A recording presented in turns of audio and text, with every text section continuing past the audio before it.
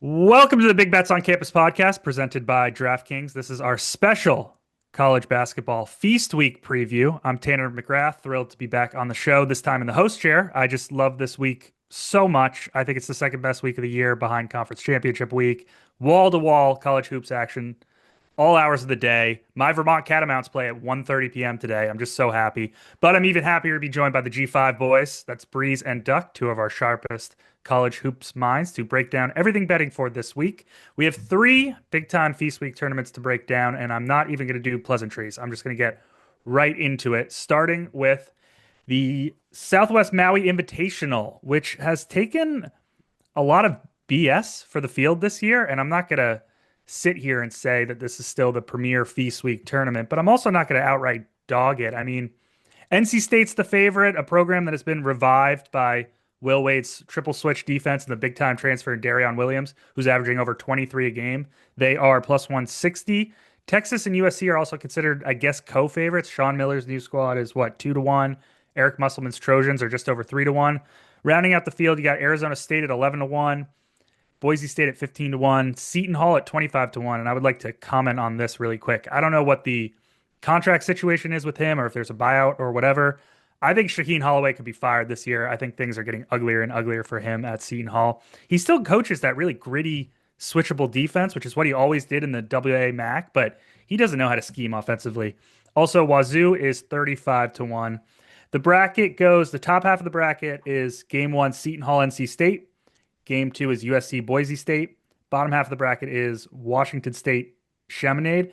And then the final game will be Whoa, Arizona whoa, State whoa. Chaminade, Chaminade, baby. And when it comes to Chaminade. the Silver Swords, by the way, they don't offer any odds. They should throw out a 2,000 to 1 Yeah, I to win know. this tournament. It's a little ridiculous. Like, I know they like to play the clip of them knocking off Virginia and Ralph Sampson, but just give me, a $1 bet at 2,500 or something. I think it's Yeah, disrespectful to the gambling community that don't drop a number on them. I know. It's kind of lame. Also, final game's going to be Arizona State, Texas. So, Duck, despite all the negativity surrounding this tournament, give me one reason why we should still be excited about this year's Maui Invitational.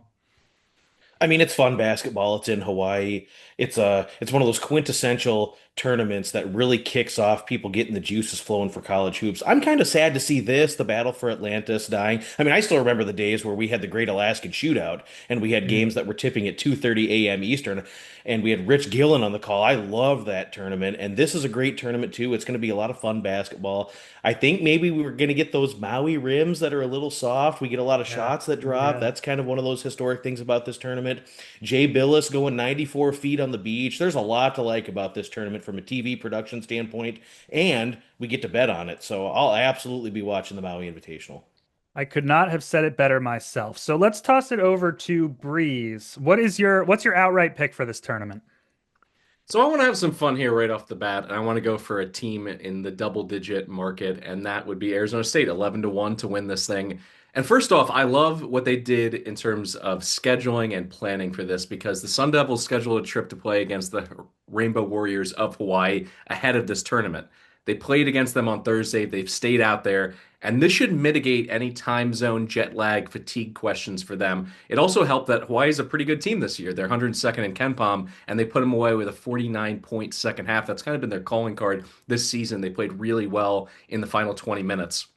Tournament play, by the way, it really just boils down for me, whether it's March Madness, whether it's conference tournament play, whether it's, these MTEs earlier in the season, it comes down to guard play. Do you have someone you trust to have the ball in their hands making plays? And Mo Odom is an elite facilitator. You look at Evan Mia's rankings, he has him as the third best playmaker in all of college basketball. He's averaging 15, 7, and 4. After a slow start from three-point range, he's starting to heat up a little bit there. He's going to have to play some hero ball for them to make a deep run and to give me a chance to get to the finals here where I could hedge off this 11 to 1 ticket. But I think he certainly has the goods. And obviously, the key is right off the bat, they're drawing Texas.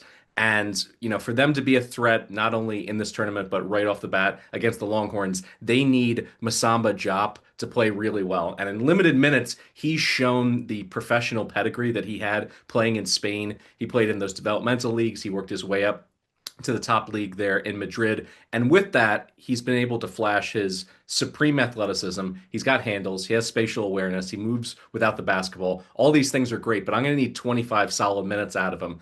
What's also interesting, though, when you look at Arizona State as a whole and Bobby Hurley, the way he uses this team, they're very low in minutes continuity, which sometimes that can be viewed as a negative. But really, it's a mix and match situation. He likes to have whoever, is on the court playing the best basketball, just giving them those minutes. And in tournament play, where fatigue does come into play with multiple games over multiple days, I think that actually plays into their favor. And when I look at it historically, even though Arizona State has not been consistent over Hurley's tenure, they've always shown up, it seems, in these MTE events. When you look at it last year, they won the Acrisure tournament. They beat St. Mary's in the title game, a year that was kind of a lost season for Sparky. They won the Legends Classic over Michigan in Brooklyn in 2022, and they knocked off number 7 Virginia fresh off a national championship in 2019. So I just view this as, some coaches, we'll talk about it a little bit later in the episode, Dana Altman and the Oregon Ducks, they just lend themselves to tournament play. And I think that's what you have here with Arizona State. And then finally, to get back into some of the finer points of why I like them, and I think that potentially they could spark an upset in the first game and then go on a run. They've been really great in terms of turnover margin. I know that despite having some of the best size in the entire country, that hasn't shown up on the stat sheet in terms of rebounding or blocks. But in terms of protecting the basketball, they're top 50 and they turn opponents over at a top 30 rate in the entire country. And because of that, that sparks a bit of their transition game. They get 25% of their points in transition, over 20 points per game. So you put this all together, I think they're going to be a live dog, not just in game one, but throughout this entire tournament. So I'm going to go Arizona State at 11-1. Yeah, I love Mo Odom, but you will not catch me trusting Bobby Hurley in any tournament setting. Let's go to Duck for your outright pick. I think USC has a real chance to win this thing. We started to see it last year with Eric Musselman bringing this high-flying NBA style pace and space offense to Southern Cal. And they showed flashes of brilliance last year, but they just clearly did not have the pieces to run the system. Recruiting has paid off. We've seen a much better offensive output out of the Trojans this season, and really much more efficiency with these guys, really despite USC not really having shot the basketball very well. Once these guys start knocking down shots from three, this offense is really going to be dangerous. But as is, Chad Baker Mazzara and Rodney Rice, each averaging over 20 points per game. Rice, a true facilitator, 8 assists per game. The facilitator, the point guard sort of role in college basketball is really kind of going by the wayside. But I feel like he really gets others involved. The entire team shares the basketball really well. They do a great job of getting to the line, ninth in free throw rate. Defensively, USC is contesting everything. They do a great job of defending without fouling. They're third nationally in blocks, 9.8 blocks per game. 21% of their shots that have been faced are blocked. Nothing cheap at the rim against these guys, and they really make you work deep into the possession clock. So I think that they have this sort of profile similar to NC State offensively. You look at a second round bout in a neutral environment, I think this USC defense can match up well and create some problems for NC State that the Wolfpack just have not seen yet this season. From there, I think USC would have as good a chance as anyone when you're lining up against someone from the other half of the bracket. The other factor, Musselman works the refs more than any coach in college hoops. And while labeled as kind of a whiner, he is such a wizard at getting some of those late game calls to go his way. He's done this all the way back to his days at the CBA level. So I kind of like that in a tournament setting. They're going to really take this sort of 3-day event seriously. He's going to work the refs. They're going to share the ball. I think that USC has a really good chance to win this whole thing. USC at plus 330. Of course, they are off that incredible triple overtime win over Troy, where they hit the most amazing buzzer beater I've ever seen. Breeze in the first round is going to be plus 7.5 on Arizona State against Texas. For what it's worth, I agree with that. I'm really low on Sean Miller's new squad in Texas. Duck, do you have any first round looks you're looking at? I do. And one last thing I'll say about USC, I don't really want to penalize them for that close win against Troy. Troy is really well coached. Scott You look at Cross is Scott amazing. Scott Cross. Cross is incredible. Yeah. A shame he was fired at UTA the way he was. He did wonders with that team. A really, really solid. And if Troy wins the Sun Belt, they're going to be such a feisty bunch in the tournament. So fun to watch in March.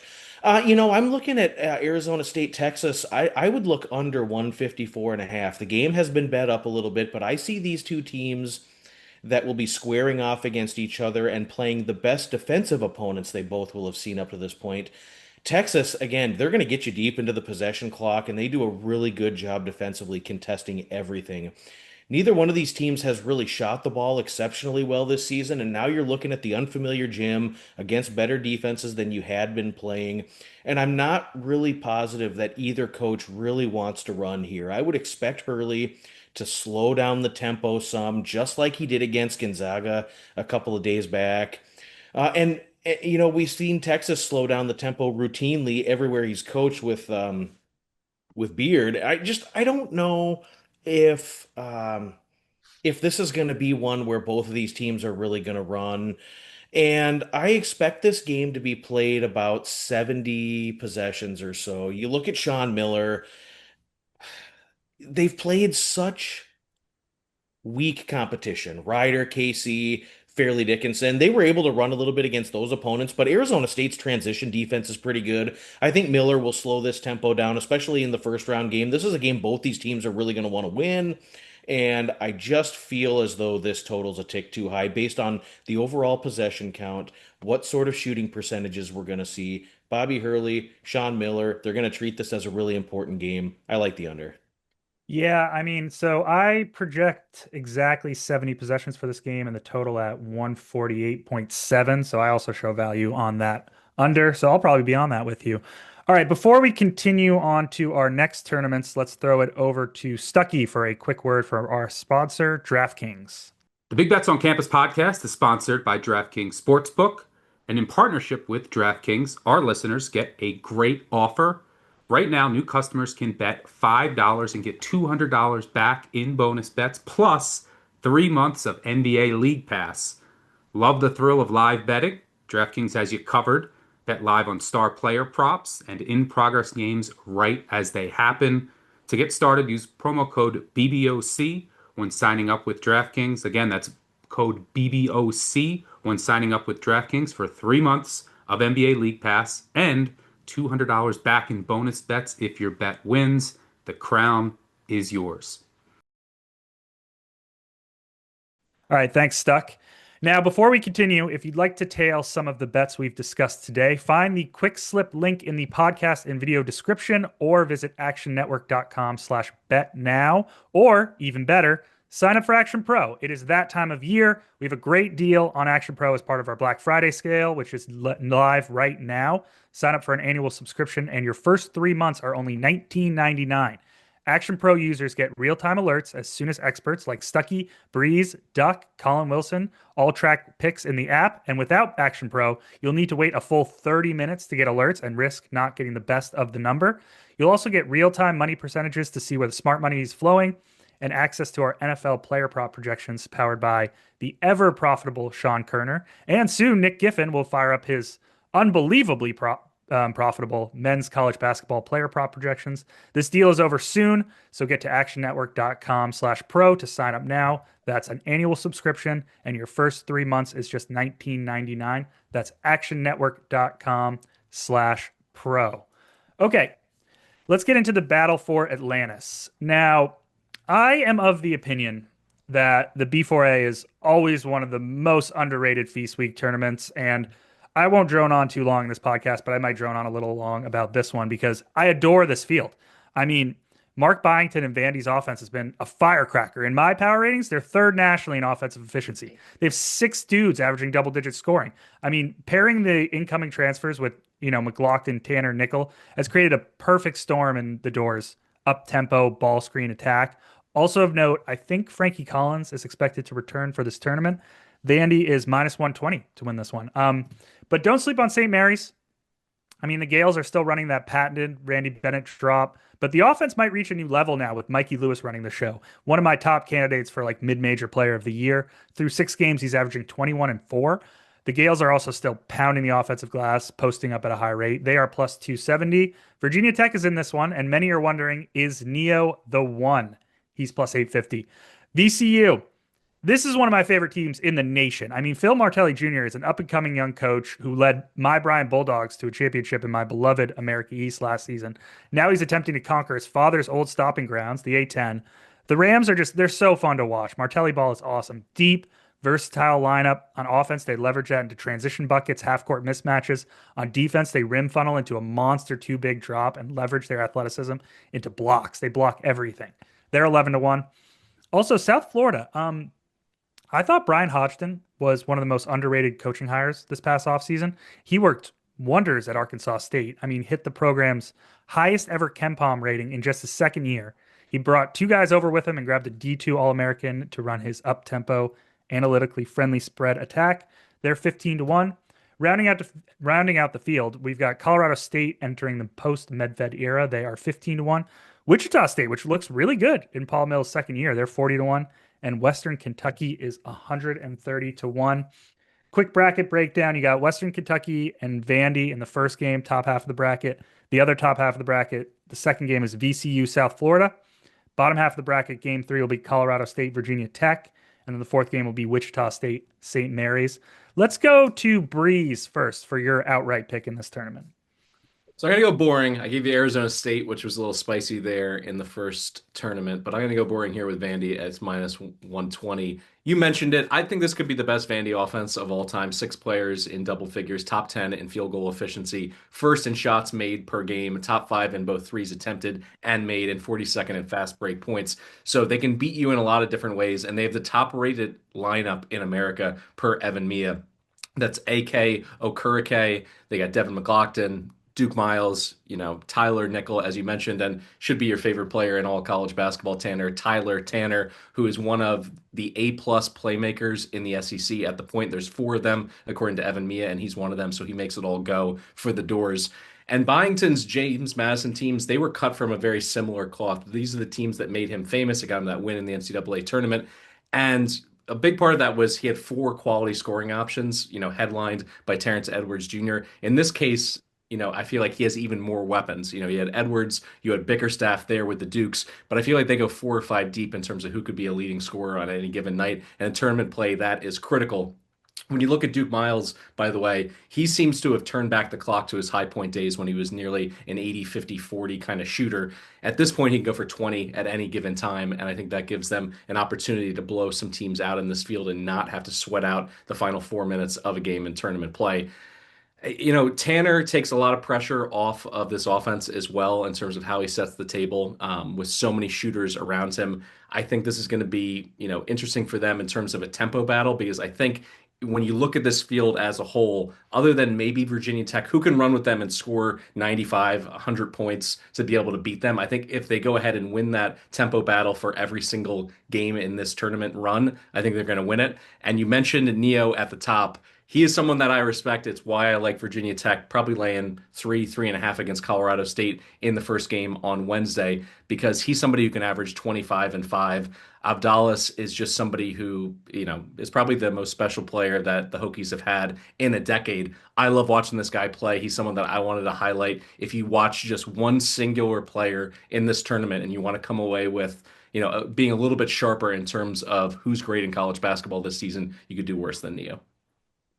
Couldn't agree more. Now, Duck, you are going to be on the second favorite in this tournament. Is that right? Yeah, I like St. Mary's here. I think when you get into the tournament setting and you're going to have back-to-back-to-back games with no days in between, eventually fatigue and game flow are going to play a factor. It's really easy to do the things that we see South Florida, Vandy, VCU do when you're kind of in the mundane grind of your season schedule and you have 3 or 4 days off in between games.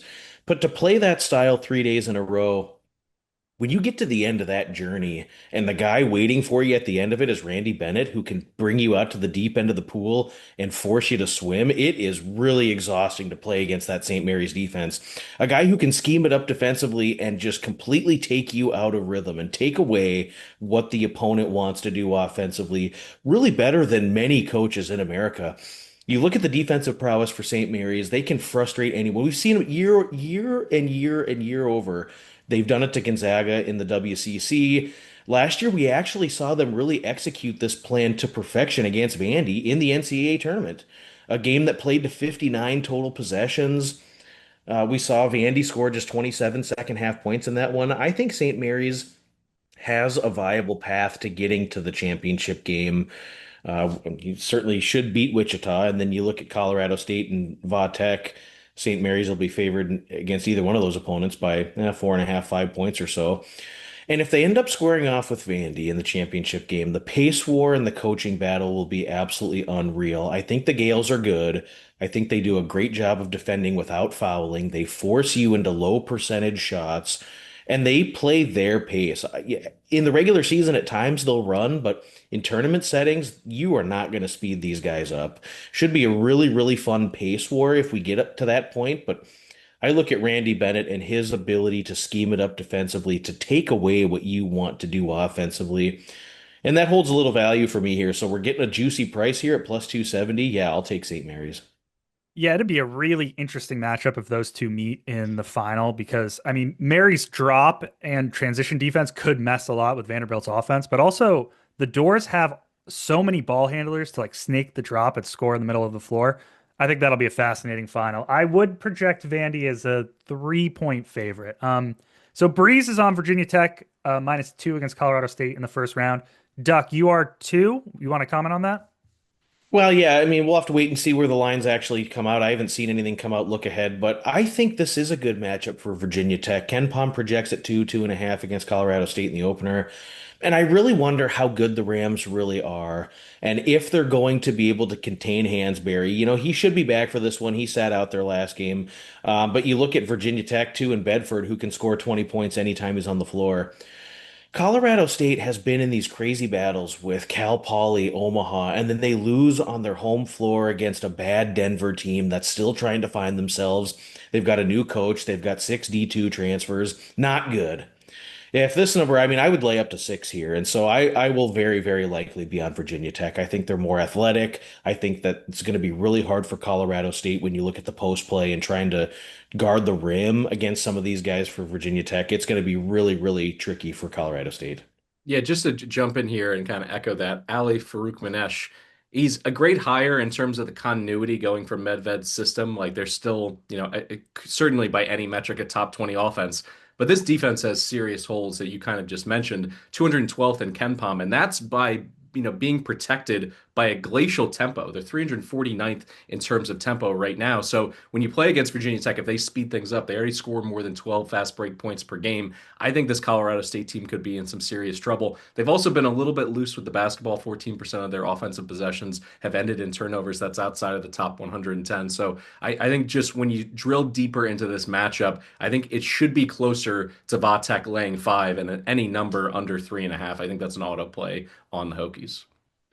Yeah, I will say I think I'm high on Farouk Manesh in the long term. I'm not sure if it's going to be so smooth right away. I do have to pick a bone with you, Duck. Denver is good. Denver is not bad. Denver is good. They are the Walmart version of Bennett Sturts and Ben McCollum. They're going to be awesome this year. Just a quick aside.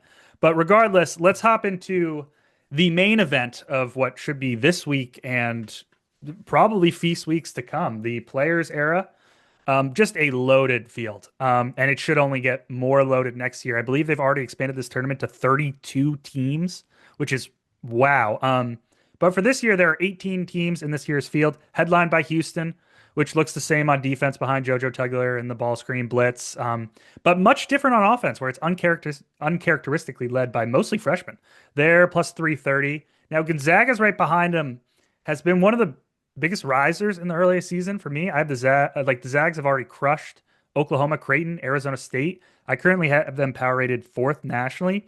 Graham Ike and Braden Huff are one of the best offensive front court duos in the nation, but the defense is really improved. They currently rank 17th nationally in ball screen coverage defense, but behind a far more aggressive hedging scheme that forces way more turnovers and then ultimately fuels their transition-based attack. But are they due for some regression? I think opponents have shot just 23% from deep so far. Either way, they are plus 450. Other favorites include Tennessee plus 650, Iowa State plus 750, Michigan plus 750, and the rest of the field goes Alabama 10-1, Johnny's 12-1, Kansas 13-1, Baylor 19-1, Auburn 28-1, Oregon 28-1, San Diego State 35-1, Notre Dame 50-1, Maryland 90-1, Creighton 120-1. Worth mentioning that Jackson McAndrew suffered a season-ending injury, which sucks. Syracuse is 150-1. Rutgers is 200-1, fresh off a home loss to Central Connecticut State. And UNLV is 200-1. Somewhat complicated tournament, so I'll try and give the basic gist of this here. 18 teams. They're placed into two pods, one with 10 teams, one with 8 teams. In the MGM Grand Pod, you have Syracuse, Rutgers, Tennessee, Kansas, Notre Dame, Houston, Gonzaga, Alabama, UNLV, and Maryland. And then the Michelob Ultra Pod, you have Michigan, Creighton, Oregon, Baylor, St. John's, Iowa State, Auburn, and San Diego State. I believe they each play 2 games on Monday and Tuesday, and the team that finishes in first place in each pod will play each other in the overall Players Era Championship game, and the team that finishes in second place in each pod will play each other in the third place game. Both of those games will be played on Wednesday. The criteria for deciding who wins is a series of tiebreakers. It's record, then head-to-head results, then a plus-minus tiebreaker with a maximum of 20 points to not encourage that teams run up the score. Then it'll be total points scored, total points allowed, and then finally, if all those tiebreakers can't break anything, the AP ranking as of Monday, November 24th. Now, I'm in the host chair for a reason, but I can't talk myself out of Bama 11-1. High variance squad with Nate Oates' shrink 3 offense. The defense is still somewhat weak, kind of a lame duck drop, but when shots are falling, they can beat anyone. St. John's, Illinois, almost Purdue. Breeze, you agree with me. Why? Oh, 100%. And as soon as you talk about the point differential, I think it's nice that they had the foresight to say, let's cap it at 20, because Bama draws UNLV in that second game. They could beat them by 50 points if they wanted to. They could certainly keep their foot down on the accelerator and take 45 threes. But I think that gives them the opportunity because this is still a Nate Oates team that is second in the country in terms of firing up triples on a nightly basis. But they're more than that this year because of Phylon Jr. This kid is already an absolute star, and he doesn't need to take more than 5 or 6 threes to fill up the stat sheet. He can put it on the deck. He can get to the rim. He can dish it out. He can facilitate. He's one of the best playmakers in all of college basketball in terms of high major players averaging over 20 and 5.5 assists on a nightly basis. He's one of 3 in the entire country. And Evan Mia, I bring this guy up a lot because he goes through and slices and dices data and gets into that playmaker score. Phylon Jr. is one of 4 elite A+ rated playmakers in the SEC. You don't need any of those extra stats. You just need to flip on the game to be able to watch him go off. And I want to hitch my wagon to a star in this tournament. Obviously, it's going to require them upsetting the Zags in the first game. But I agree in terms of your assessment that just in terms of some shots dropping, if the Bulldogs get into a huge shootout played in the 80s or 90s, I think it's a puncher's chance for Alabama to win that game. And Mark Few's team has been fortunate in terms of those shots not falling. And then finally, in terms of the point differential, how many you score, how many you let up. When you look at it, they could have drawn a couple snails that would have been bad matchups for them in this tournament field, like Houston, like Rutgers, like Notre Dame. Instead, they have the Zags who'd be more than happy to, rev up their offense and play at a top 10 kind of tempo, at least for one night. And then UNLV is 14th in the entire country in terms of tempo, so there's not going to be any issues playing the brand of basketball that they want. I think, this is mispriced. I would put them closer to I believe it was Iowa State at 7-1. I think that's the right price for them. So at double digits anywhere here. And by the way, if you're listening to this and they've already upset the Zags, I would still take them at any number, probably north of 4-1 to win this tournament. And the final piece of it as well. So much positivity about, this tournament and its expansion and how it's giving out $1 million to every school and NIL money. I think that's all well deserved. I'm not, going to say that we need to slow down progress or new things are always bad. But this international style pod play, it's stupid. They should have figured out a way so that it doesn't come down to point differential because both the Zags and Alabama are being penalized for playing against 2 really good teams. Some teams are going to just have easier draws because of the way it's worked out. They should have figured out some way, maybe start it with pod play, add an extra game or 2 to the calendar so that it goes from pod play to a bracket. Other than that, though, I think this is pretty great. It's good for college basketball. There's just got to be a way to pump a little bit of extra money into Maui and battle for Atlantis so they can be more competitive. I think it's just a dollars and cents issue. I don't necessarily think you need to draw anything back from the players era, which by next year will be 32 teams. And by the way, will be a bracket next year at 32. Yeah, it should be a bracket. Also, I talked about Gonzaga's over more aggressive hedge defense, and if they play Alabama in that first game, Alabama's offense is built to beat over aggressive hedge defenses, right? Quick cross court passing, ball movement, dead eye shooting, and they'll put Huff and EK in ball screens and probably rip them apart. But I believe Bama has 5 shooters who are knocking down 35% or better. So it's a pick your poison situation with Phylon Jr. distributing. including Vermont native Taylor Bowen. Shout out. Duck, who are you betting to win on this who are you betting on to win this massive tournament? I tried to assess the draws and who each team has to square up against, and then you kind of bring that in and marry it up to the tiebreakers, which are real kind of fascinating how this is going to go. I think Tennessee could really put a number on Rutgers in the first round here, and I give them a chance against Houston. So I like Tennessee to kind of at least get to that second stage and give themselves a chance in the championship game. There's a chance Tennessee's defense is really good. And while we haven't seen it, they've been blowing out their opponents and kind of have let up in the second half. They're seventh nationally in effective field goal percentage. They defend well against the three. This team plays really well defensively and they don't send you to the line. They just make your life hell on offense if you're the opposition.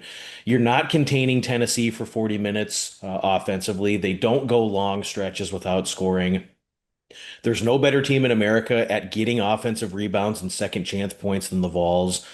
They should really put a number on Rutgers here. So you look at the points allowed, points scored, win-loss. I mean, they should have an advantage after the first day. Rutgers is not very good. We've seen them struggle mightily against lower-rated NEC teams and American Lehigh. I mean, they've been in grinders all season. Big trouble for Rutgers in the opening round. And then you look at the next game that they're going to play against Houston. The Cougars struggle to shoot the ball. They can't make shots. They've missed a ton of wide open threes against lesser competition with less pressure. And now you put Houston on a neutral in this sort of environment where they're squeezing the ball tight. They haven't been able to shoot in the comfort of their own gym, let alone here. So I think Tennessee can go 2-0 in the first round. I think they can look good in doing so. So I think there's value in Tennessee to win this tournament plus 650. Yeah, I'll never be a Rick Barnes believer, but I see where you're coming from. All right, one first round pick from each of you. We'll start with Breeze. What do you got? All right, I mentioned Dana Altman at the top of the show. I love him in a tournament setting. They can play multiple, variations of their defense. They can, rev up the pressure. They can switch from man and zone. So I'm going to take him plus 4.5 against Auburn. Shellstad is healthy. That's a big headliner. They got towering bigs in Evans and Biddle, who combined are averaging 29 and 17. And TK Simpkins, I'm looking for a guy who could potentially catch fire. He's closer to like a 35% career three-point shooter. That hasn't materialized as of yet out on the West Coast, but he's still firing them up 7.5 3-point attempts per game. So if he drops 3 or 4, I think they could, boat race this Auburn team. That I just had this feeling the bottom could fall out for them, not necessarily on a season-long basis, but on a nightly basis. If a team really is clicking offensively and they have the size to be able to bang with them, down on the boards, I think Oregon has all the components that you need. So I like them a sprinkle in the money line. I certainly like them plus 4.5. Biddle is one of my favorite big men in the nation. I think he's so awesome in everything he does. Let's wrap this up. One more bet from Duck. Any first round looks? Yeah, Syracuse, Houston under 142. I'm just not convinced that Syracuse has the skill down low to make it work against Houston's defense, which is legitimately nasty. They don't allow second chance points, no freebies at the rim. And again, Houston offensively has struggled badly to shoot the ball. We've been waiting and waiting and waiting for it against Towson, against Oakland, against Ryder. We just have not seen the three-point barrage or the offensive efficiency out of the Cougars. And frankly, I think Kelvin Sampson's okay with that. They hang their hat on defense. They're okay winning games 65-42. But the threes are not falling. They're missing a lot of shots. Now you put a neutral venue in Vegas, unfamiliar gym. The juices are going to be amped with this MTE event. There's a lot of money on the line. They're going to have a lot of fun here with the event. I think this creates a situation where both these teams might play a little bit tight early on. I think Syracuse defense is legitimately good. They're good at turning you over. They're good at running you off the three-point line. Could be a block fest both ways. Both of these teams block a ton of shots. This pace is going to be slow. I'm not convinced that Syracuse wants to run. We didn't see him run against Binghamton or Drexel, and even Delaware State and Monmouth. It was really the opponent who was pushing there. So I think we get these two teams that square off. It's going to be a 65 possession game. Both these defenses are far and away better than what these two offenses are going to deploy out there. I've got this one projected in the 130s, so at under 142, I'm going to take a swing. Yeah, I've got that game projected at 66 possessions, 138. So I think 141 or better is worth a play. Guys, thank you so much. That was awesome. I cannot wait for all of the Feast Week action. Also, this week we are just churning out sports betting content across all of our podcast channels and all early. So whether you're looking for Turkey Day NFL plays, college hoops, or college football. We have you covered. Search for BBOC on YouTube or the Action Network. Like and subscribe to the content and keep those podcast feeds updated because we are going to be flooding them over the next 72 hours. Enjoy your feast week, everyone. And as always, best of luck with all of your bets.